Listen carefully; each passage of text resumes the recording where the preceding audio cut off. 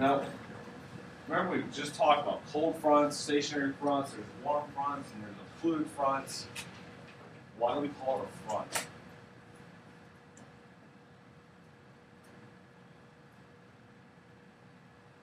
It's kind of weird to think about that, but why do we call it a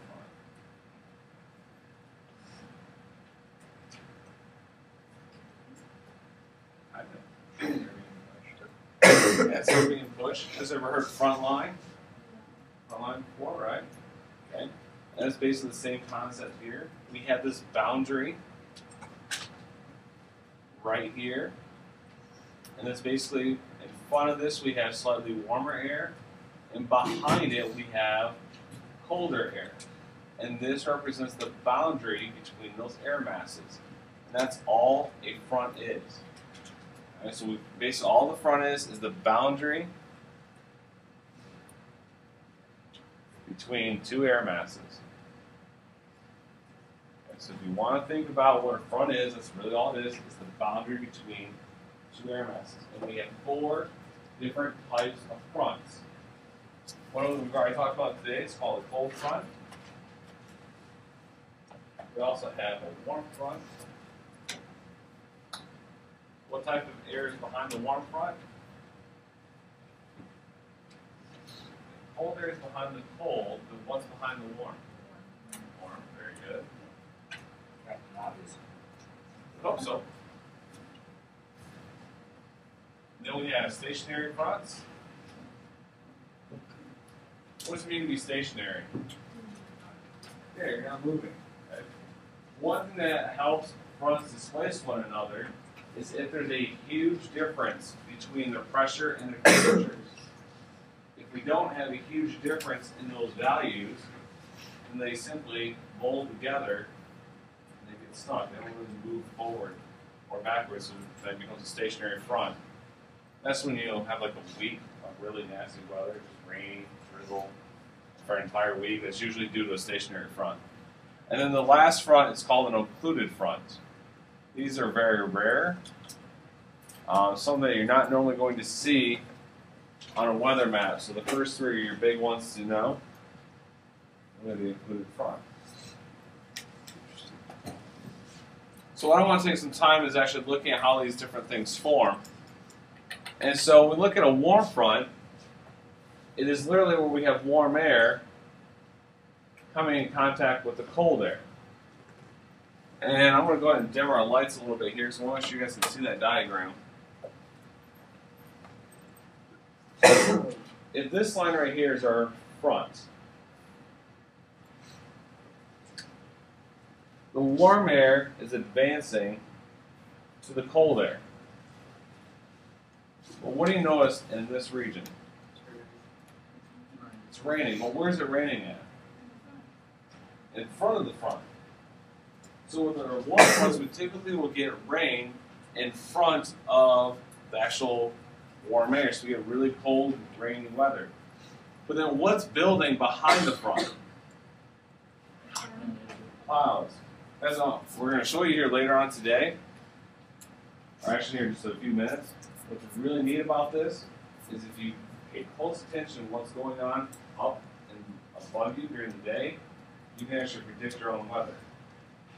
And with a warm front, we actually have a series of clouds that come in a certain succession that basically tells you a warm front's on its way.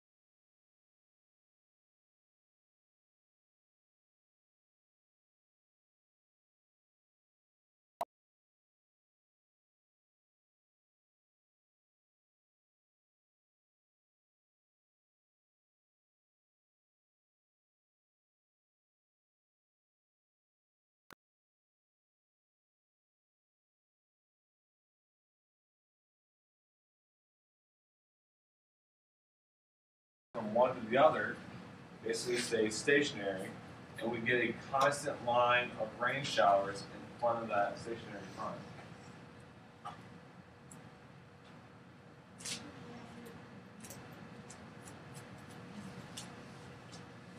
All right, the last one I want to talk about is